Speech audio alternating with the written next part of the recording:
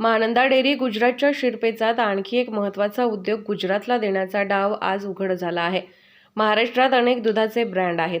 ग्रामीण भागामध्ये दूध उत्पादन, दूध डेअरी याचं फार मोठं जाळं आहे. त्यासाठी राज्यामध्ये अमूलच पाहिजे असं नाही. कर्नाटकमध्ये अशाच प्रकारचा एक ब्रँड केंद्र सरकारने मारण्याचा प्रयत्न केला आणि त्या एका नंदिनी ब्रँडवर कर्नाटक सरकारची निवडणूक लढवली गेली. मला वाटतं महानंदा त्या संदर्भात जे वास्तव मी पाहतो आहे, गुजरातला नेण्याचा हा प्रकार सुरू आहे. महानंदा ही महाराष्ट्राची ओळख आहे. ती ओळख पुसून टाकली जात आहे. यामागे कोण आहे? महाराष्ट्राच्या मुख्यमंत्र्यांना हा भ्रष्टाचार घोटाळा दिसून येत नाही का? रोज एक एक व्यवसाय खेचून गुजरातमध्ये नेले जात आहे आणि हे तोंडाला कुलूप लावून बसले आहेत. हे कसले महाराष्ट्राचे राज्यकर्ते आहेत? दूध व्यवसायाची सहकारी चळवळ प्रत्येक गोष्ट तुम्ही घेऊन जात आहात.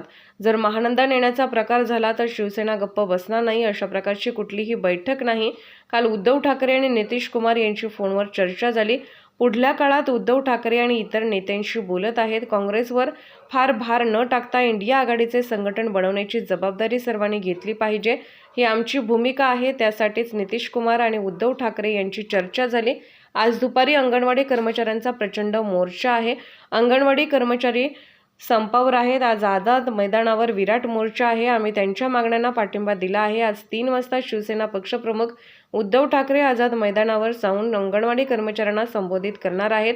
सरकार ज्या पद्धतीने कायदा बनवत आहे आणि जनतेची माफी मागत आहे त्याचा हा परिणाम आहे. हे सगळे विरोधी पक्ष संसदेत नसताना कायदे मान्य करून घेतले आहेत. चर्चा न घडवून घेता जेव्हा हे असे कायदे मान्य करून घेतले जातात तेव्हा जनतेचा असा उठाव होतो. आदित्य ठाकरे यांनी जो स्फोट केला आहे तो अत्यंत धक्कादायक आहे. संपूर्ण महाराष्ट्र लुटण्याचा आणि तो बिल्डर यांचा देशात घालण्याचा तो प्रयत्न आहे. तो आम्ही होऊ देणार नाही. वो क्या है, एक बार पूछ लेना यहाँ से वहाँ से, क्या है महानंदा डेअरी? गुजरातच्या शिरपेचात औद्योगिक महाराष्ट्र लुटून आणखी एक महत्वाचा उद्योग गुजरातला देण्याचा डाव आज उघड झालेला आहे. खरं म्हणजे महाराष्ट्र हे सुद्धा कोऑपरेटिव्ह डेअरीज, दुग्ध व्यवसाय याच्यामधलं एक महत्वाचं असं राज्य आहे. महाराष्ट्रामध्ये अनेक दुधाचे ब्रँड्स आहेत. महानंदा असेल, वारणा असेल, गोकुळ असेल, अगदी आमचे चितळे असतील, अशा अनेक आहेत. महाराष्ट्राच्या ग्रामीण भागामध्ये दूध उत्पादन, दूध डेअरी याचं फार मोठं जाळ आहे. त्यासाठी या राज्यामध्ये अमूलच पाहिजे असं नाही. कर्नाटकमध्ये अशाच प्रकारचा एक नंदिनी नावाचा ब्रँड केंद्र सरकारनं मारण्याचा प्रयत्न केला आणि त्या एका नंदिनी ब्रँडवर कर्नाटकची निवडणूक लढवली गेली. मला वाटतं महानंदा या संदर्भात जे मी आज पाहतोय, वाचतोय की महानंदा सुद्धा गुजरातला न्यायचा प्रकार आणि प्रयत्न सुरू आहे. महानंदा ही महाराष्ट्राची ओळख आहे. ती ओळख सुद्धा आता पुसून टाकली जाते. यामागे कोण आहे? महाराष्ट्राच्या मुख्यमंत्र्यांना हा भ्रष्टाचार, हा घोटाळा दिसत नाही? महाराष्ट्राचे 2 उपमुख्यमंत्र्यांना दिसत नाही की अशा प्रकारे रोज महाराष्ट्रातून एक उद्योग, एक व्यवसाय, एक व्यवसाय खेचून उरवडून नेला जातोय गुजरातमध्ये आणि तोंडाला कुलूप लावून बसलेले आहेत? हे कसले या महाराष्ट्राचे मुख्यमंत्री आहेत?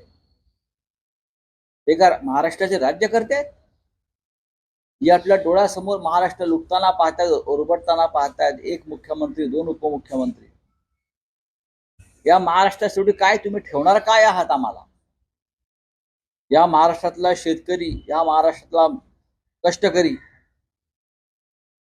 ज्यांचा रोजगार टिकून आहे, अशी कोऑपरेटिव्ह सहकारी चळवळ दुग्ध व्यवसायातली प्रत्येक गोष्ट आपण नेताय तिकडे. आणि एक जात सगळे दिल्लीच्या ताटाखालची मांजरं बनून हे सगळं सहन करतायत. महाराष्ट्रामध्ये हे धृतराष्ट्रांचं सरकार निर्माण झालंय. जे महाराष्ट्राचा अपमान आणि महाराष्ट्राचे दूध उडावणे पाहत आहेत. महानंदा नेण्याचा प्रयत्न झाला अशा प्रकारे तर शिवसेना स्वस्थ बसणार नाही हे मी सांगतोय. हा पहिला मुद्दा. आपका क्या बात, आप क्या बोल रहे? सर इंडिया आघाडीची आज ऑनलाईन बैठक आहे का आणि त्यामध्ये नितीश कुमार यांचं नाव संयोजक पदावर घेऊन चर्चा? आज अशा प्रकारची कोणती बैठक नाही.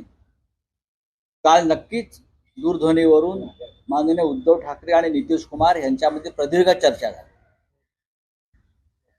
काल संध्याकाळी मुख्यमंत्री उद्धव ठाकरे आणि नितीश कुमार यांच्याशी चर्चा झाली. पुढल्या काळामध्ये माननीय उद्धव ठाकरे इतर काही नेत्यांशी बोलतायत. इंडिया आघाडीतले जे काँग्रेस शिवाय जे विरोधी पक्ष आहेत तिथं काही प्रमुख घटक आहेत त्यांच्याशी हा संवाद साधण्याचा प्रयत्न आहे. कारण काँग्रेस अनेक गोष्टींमध्ये सध्या गुंतलेली आहे. त्यांची न्याय यात्रा चालू आहे, त्यांच्या इतर काही बैठका सुरू आहेत.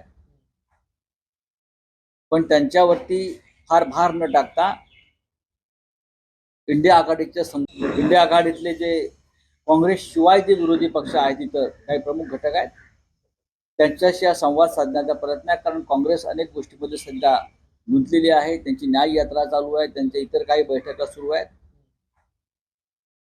पण त्यांच्यावरती फार भार न टाकता इंडिया आघाडीचे संघटन बनवण्याची जबाबदारी प्रत्येकाने घेतली पाहिजे ही आमच्या सगळ्यांची भूमिका आहे. आणि या संदर्भात काल नितीश कुमारजी आणि उद्धवजींशी चर्चा झाली. सर संसदेमध्ये नसताना मंजूर करून घेतले आपल्याला माहीत असते. विरोधी पक्षाला निलंबित करून त्याच्यावर चर्चा न घडू देता अशा प्रकारचे अनेक कायदे जेव्हा मंजूर केले जातात तेव्हा अशा प्रकारे जनतेचा उठाव होतो. केजरीवाल को सम्मान किया वो आज नहीं जा रहे, लेकिन बीजेपी ने टर्न कहता है कि केजरीवाल आखिर किससे डर रहे हैं? मैं केजरीवाल जी को पहचानता हूँ. उनकी हिम्मत और जिगर हमें मालूम है. केजरीवाल किसी से डरने वाले नेता नहीं है. लेकिन आप गलत करेंगे, हाँ, आप मिसयूज करेंगे एजेंसी का और नेताओं को ईडी के दरबार में और दफ्तर में बुलाकर अरेस्ट करेंगे तो हम विरोध करेंगे. हम आपके पास अब तक 50 इस प्रकार की कंप्लेंट भेजी है जो बीजेपी में है. आप उनको क्यों नहीं बुलाते? उनको तो आप कैबिनेट मंत्री बना दिया सबको महाराष्ट्र में और देश में. असम के मुख्यमंत्री के ऊपर कौन सी केसेस थे आप देखिए ना. महाराष्ट्र में चाहे आज के मुख्यमंत्री हो और कैबिनेट के 10 सदस्य हैं जिनके ऊपर ईडी का वारंट और समन्स है, उनका क्या होगा? उनको बुलाइए, बाद में केजरीवाल और हमको सब बुलाइए. लोकसभा चुनाव से पहले नारा दिया गया है पिछली बार मोदी सरकार, अब की बार 400 के पार. हाँ, ईवीएम है ना. ईवीएम है तो मुमकिन है, ये नारा होना चाहिए.